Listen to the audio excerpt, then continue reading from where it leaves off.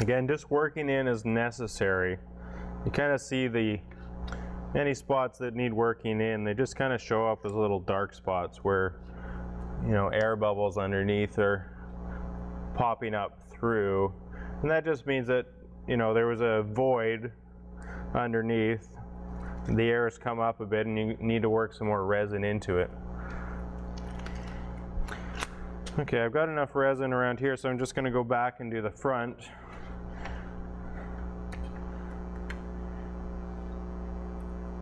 And again, not too heavy on the front,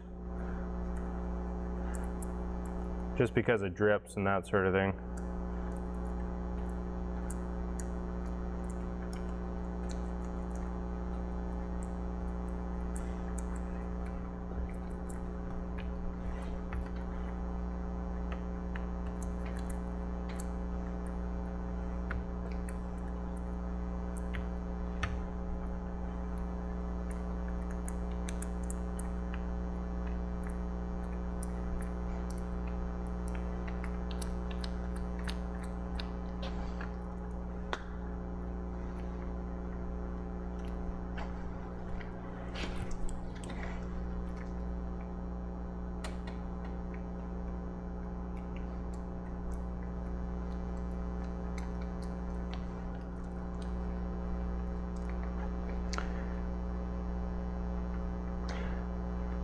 Now you might find when you're doing this work that there's little spots that you want to come back to, and that's fine.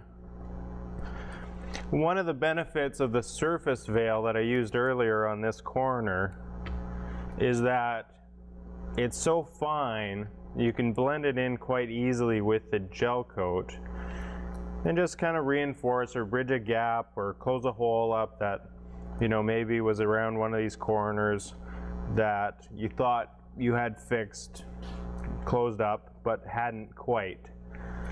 Most of the time you don't ever want to use the heavier mat with gel coat because it's hard to see if you've really wet it out. The color of the gel coat hides what you're doing.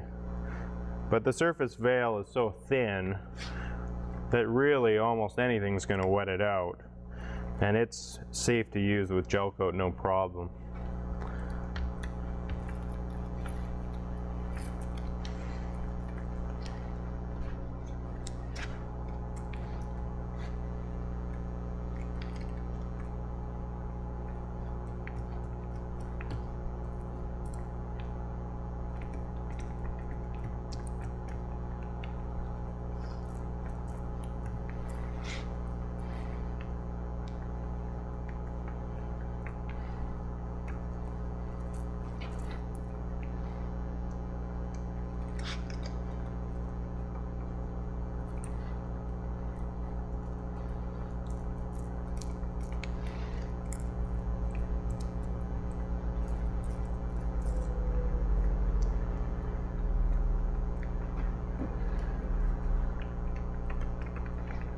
Now the other thing, of course, is most of the time you're not going to be this close to the project when you're working on it.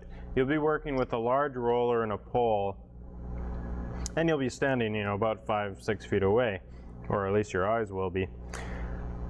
So you're generally not going to get it quite as nice as this is, but that's okay because you're only going to look at it from 5-6 feet away anyways.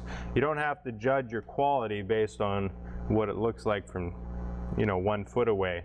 You have to base your quality on what it looks like, you know, standing up where you normally are in a sun deck.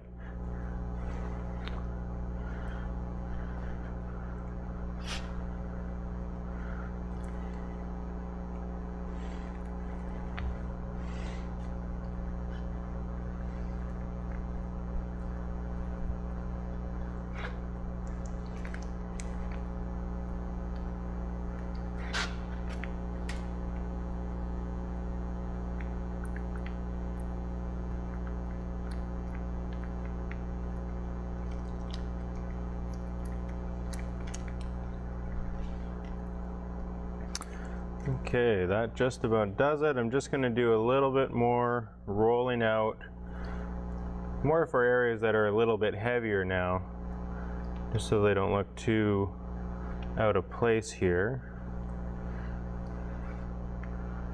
Same with any areas that are a little light. And that should do it. The other alternative, of course, that you have at this stage, I didn't demonstrate it here because it would show up anyways, is that you can put some walnut shells, some crushed walnut shells, mix it right in with the gel coat, and then roll that on. And what that does is gives you a little bit of a sand-like texture, gives you a non-slip coating. And you know, especially in high traffic areas or traffic areas that are going to be used when it's wet out, maybe a back entranceway that goes through the sun deck, it's a good idea to put the non-slip down, because fiberglass can be slippery when wet. It's great in the summertime. It's really fine if you're using proper running shoes, rubber-soled shoes. But if you're using anything more like a business shoe, high heels, anything like that, they may not have the same traction, and you may want to add that maybe on all of your deck or maybe just on a portion of it. So if you come into our store, you can see what that looks like. It's just adding a small amount in and rolling it out. The nice thing about the walnut shells is they float right in the gel coat. You don't have to sprinkle them on, you don't have to worry about it settling. It really goes on beautifully.